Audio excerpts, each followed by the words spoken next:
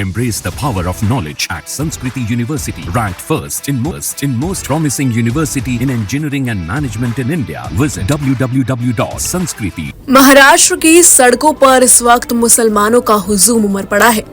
हर तरफ सिर्फ और सिर्फ हाथों में तिरंगा लिए मुसलमान नजर आ रहे हैं।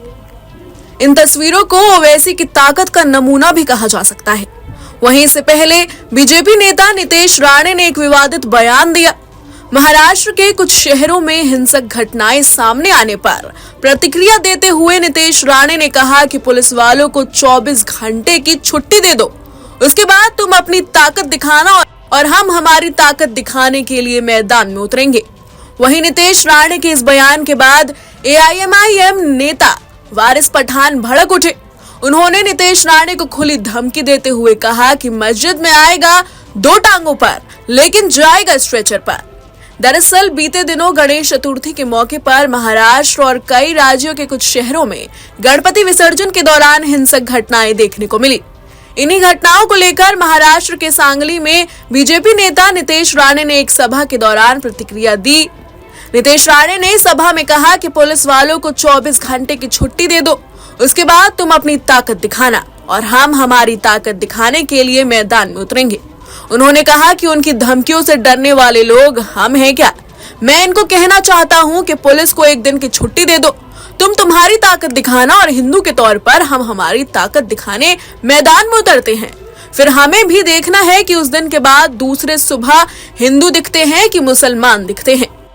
नीतीश राणे के इस बयान पर AIMIM नेता वारिस पठान ने भी पलटवार किया है। उन्होंने जवाब देते हुए कहा कि कुत्ते भौंकते रहते हैं, शेर को कोई फर्क नहीं पड़ता है।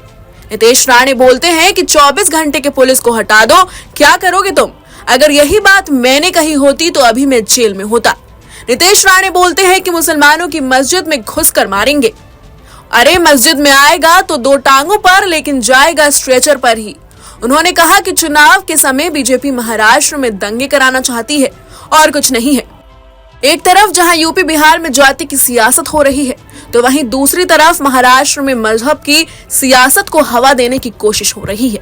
बीते दिन असदुद्दीन ओवैसी की पार्टी AIMIM के नेता इम्तियाज जलील हिंदू संत रामगिरी महाराज की गिरफ्तारी की मांग को लेकर अपने हजारों समर्थकों के साथ संभाजी नगर से मुंबई की तरफ रवाना हुए।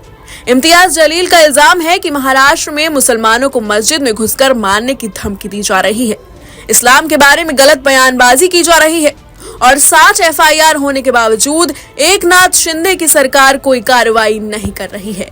Bureau report, news nation.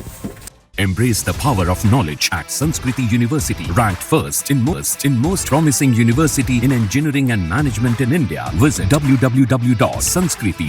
News nation अब व्हाट्सएप पर खबरों के ताजा अपडेट के लिए न्यूज नेशन के इस QR कोड को स्कैन करें।